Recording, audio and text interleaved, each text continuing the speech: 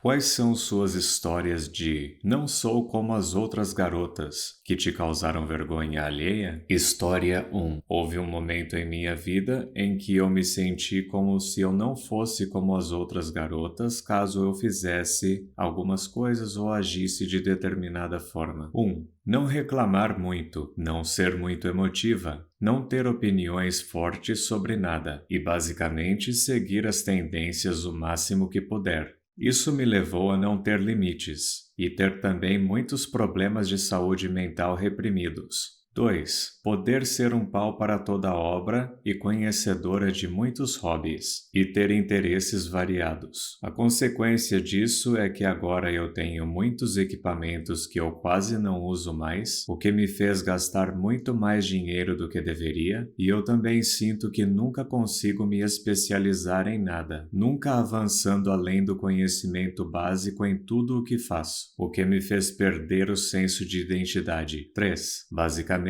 não tinha minha própria identidade, e eu poderia ser qualquer garota que você quisesse que eu fosse. Não sou como as outras garotas porque eu sou todas as garotas. Eu sou Whitney Houston, eu sou toda mulher. Edição. Uau! Ao mesmo tempo que eu me sinto feliz, também me causa preocupação saber que tantas pessoas sentem o mesmo. Acho que somos todos Whitney neste dia abençoado. História 2. No ensino médio em 2016, uma garota me convenceu de que eu era sem graça porque ouvia o que estava no rádio e conhecia as músicas. Eu tenho 4 irmãs. Então é claro que eu conheço. Elas não gostavam das mesmas músicas que eu. Bem, um dia eu a peguei ouvindo uma certa banda e disse: "O que você está ouvindo?"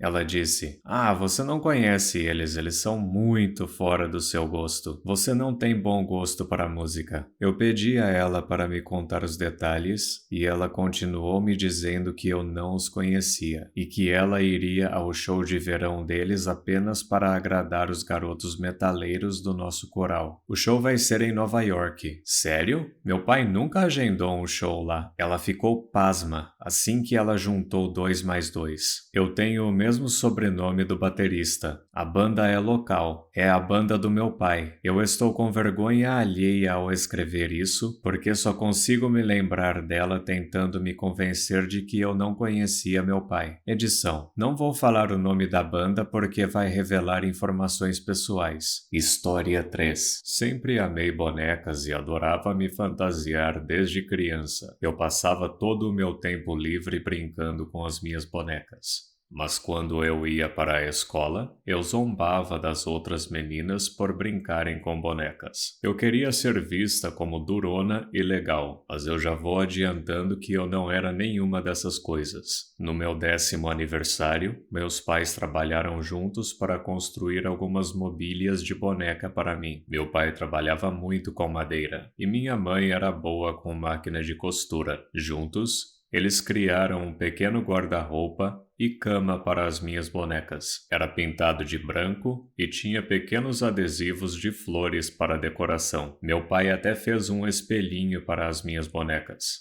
que era colocado na parte de dentro de uma das portas do guarda-roupa. E minha mãe fez um mini colchão para a cama. Eu quase chorei quando abri meus presentes porque amei muito ganhar aquilo, mas minha amiga estava sentada ao meu lado e eu sabia que se dissesse aos meus pais que tinha adorado os presentes, minha amiga iria descobrir que eu gostava de bonecas. Minhas mentiras seriam desfeitas. Então eu disse: "Obrigada, mas eu não gosto de bonecas. São para bebês." Meus pais pareciam muito chateados. Tenho 25 anos e estou chorando enquanto digito isso, porque ainda me sinto muito culpada 15 anos depois. Alguns anos atrás, fiquei bêbada em uma reunião de família e chorei com meu pai. Me desculpei pelo que disse e disse a ele que eu tinha adorado o presente na verdade, e ele disse que já sabia. Então, eu finalmente consegui me desculpar, mas ainda me sinto uma ingrata por ter feito aquilo no passado. Mensagem para a autora da postagem. Ei, você ainda merece ter ganhado aquela casa de bonecas. Eles sabiam que era apenas uma birra de pré-adolescente. Eles te perdoaram e ainda te amam. Perdoe-se, ok? Posso sentir seu arrependimento em seu comentário e só quero que você sorria para a você do passado e a perdoe por ter ficado com medo de admitir que amava bonecas na frente de uma amiga, quando era um momento tão crucial em seu desenvolvimento social. Você não fez nada que 90% das meninas em todos os lugares não tenham feito em algum momento de suas vidas, para se encaixar. É muito legal que você ainda tenha tentado se desculpar quando adulta. Isso só prova que pessoa maravilhosa você se tornou. Edição. Vocês estão me emocionando muito com os prêmios e as mensagens enviadas. Para qualquer pessoa que ainda precise, eu quero dizer que sua infância deve ser vivida feliz e despreocupada. Se houver uma nuvem pairando sobre essas memórias, seja por sua própria criação ou por uma cruel injustiça, volte no tempo e abrace seu pequeno eu. Dê um beijo na testa e diga que está tudo bem, porque está tudo bem. A infância é inocente. Você era inocente, e só porque a idade o tornou mais sábio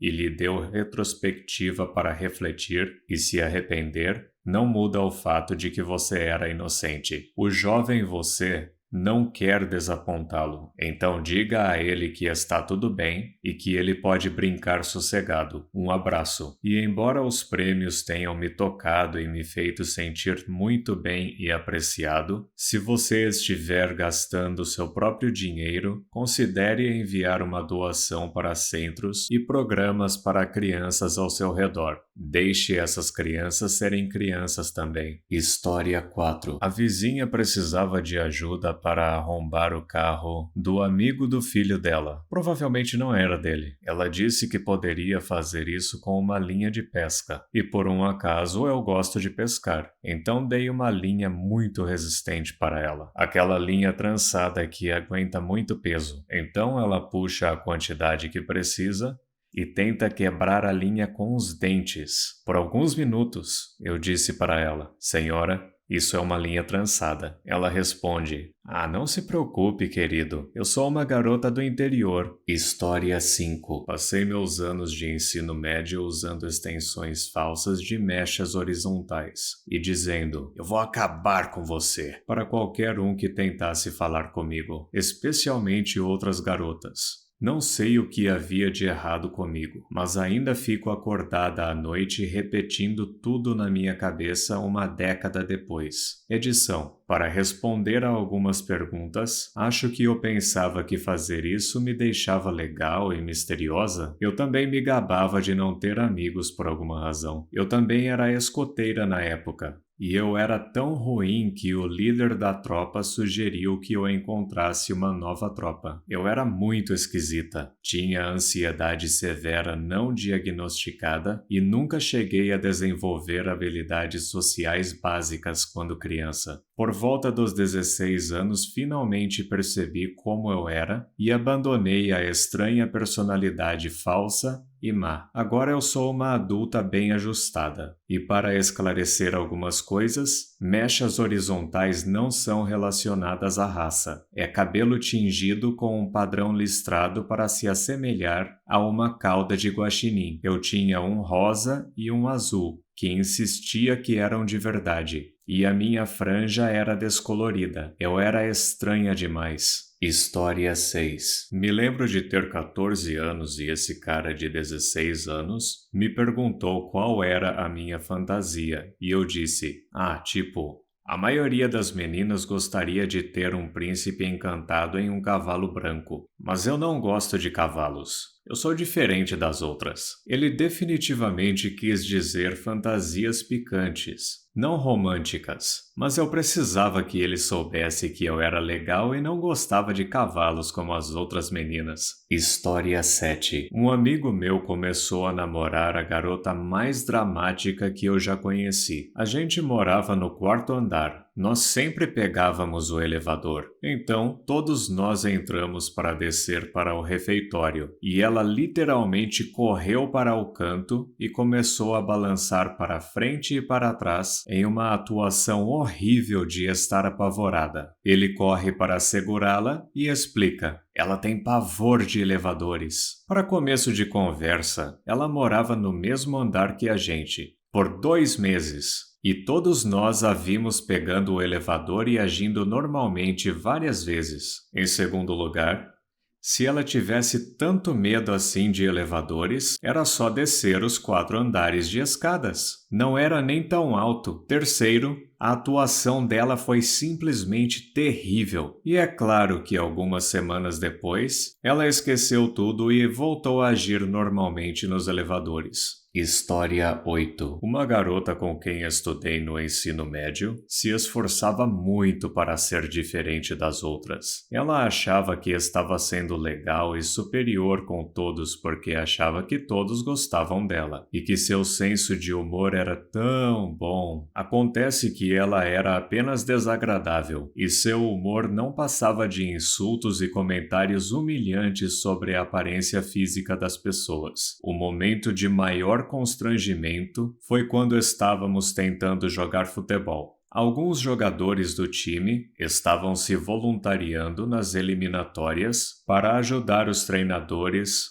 tomando notas sobre o desempenho dos jogadores, fazendo exercícios, iniciando os aquecimentos, etc. E eu era amiga deles, seja por aulas ou por amigos em comum. Essa garota ficou com tanta inveja pelo fato de eu estar conversando com alguém que ela se intrometeu em todas as conversas que ela me viu tendo, e ela sempre tentava se parecer melhor que eu e me insultava sempre que tinha uma chance. Eu a ignorei e segui em frente porque não tinha tempo para isso.